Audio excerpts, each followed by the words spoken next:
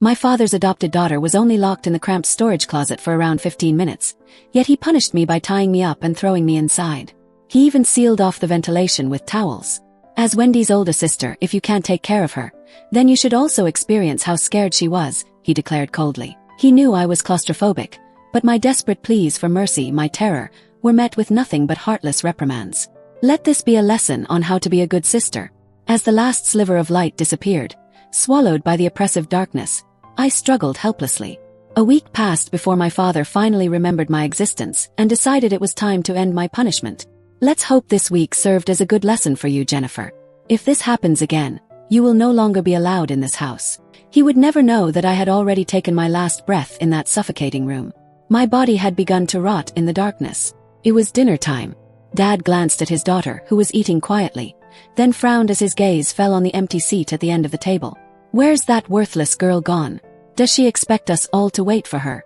His tone sharpened as he continued. Looks like she needs to be punished harder. The butler, pausing mid-motion as he set down the dishes, answered cautiously, Mr. Stiles, Miss Jennifer is still in the storage closet. Would you like me to release her? Dad's hand froze mid-air. His eyes flickered briefly toward the storage closet, a flash of shock crossing his face. He recovered quickly, lifting his wine glass for a sip. For what? Maybe a few more days in there will teach her a lesson better. Otherwise, she would bully her siblings again. The butler glanced at the two children seated at the table, their cheeks rosy with health and their eyes bright with anticipation for the meal. Internally, he pitied the eldest daughter, who was still locked away. After a brief hesitation, he ventured cautiously, Mr. Stiles.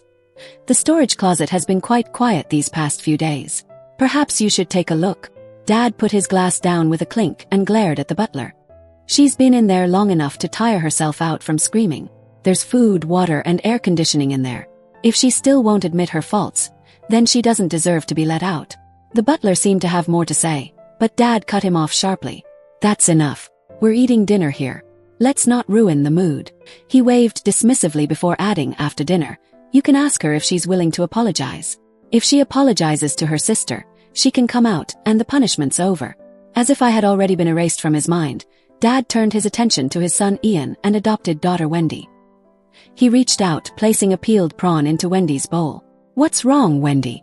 Why aren't you eating? You love prawns, right? No more.